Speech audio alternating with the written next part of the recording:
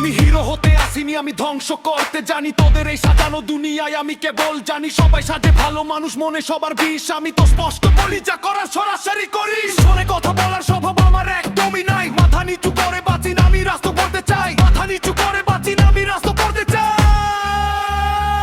আমি ভিলেন, আমি রাজা, আমি তোদের ভয়ে। আমার সাথে পাল্লা দেওয়া অত স্বভাব নাই। আমি ভিলেন, আমি রাজা, আমি তোদের ভয়ে। আমার সাথে পাল্লা দেওয়া অত স্বভাব নাই।